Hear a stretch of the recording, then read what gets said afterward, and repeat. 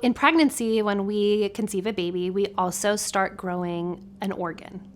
And this organ is intended to be with this baby throughout the whole plus or minus 40 weeks. And this is what feeds the baby. This is what nourishes the baby. This is the baby's home.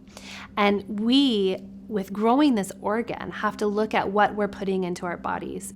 Today, we had the opportunity for me to look at two placentas side by side. One being a vegetarian placenta, and the other one being a mom that was very nutrient dense with the foods that she was eating with an animal-based diet. I cannot believe the difference in the quality of the placenta. And not just the quality of the placenta, but in turn the nutrition of what the baby was growing in and what the baby received throughout the whole pregnancy. This one right here was from a mom that was primarily vegetarian throughout her pregnancy. Towards the end of her pregnancy, I was able to get her on liver pills just because her iron had dropped so significantly. And this is the placenta of a mom who was animal-based throughout her pregnancy. So she had lots of red meat, lots of pasteurized eggs, lots of raw milk.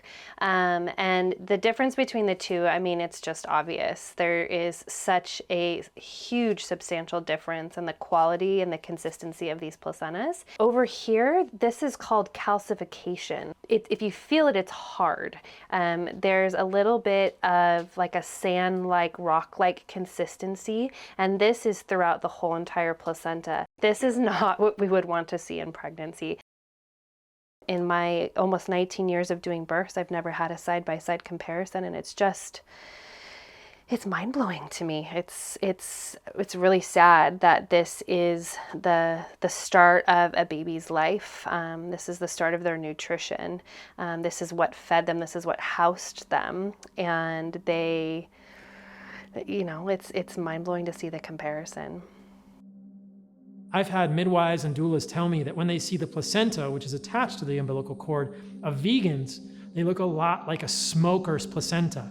And we know that the health of these critical connections, this tether between baby and mother, are intimately tied to the amount of animal products in the diet. We see it over and over illustrated. If we have somebody that's eating animal-based, if we had somebody that's eating grass-fed, grass-finished meats on a regular basis, if we have somebody that's eating pasteurized eggs and raw dairy, then what we're gonna see is all of these vitamins, this retinol, this copper, that's all being pushed through the placenta and helping this baby sustain life.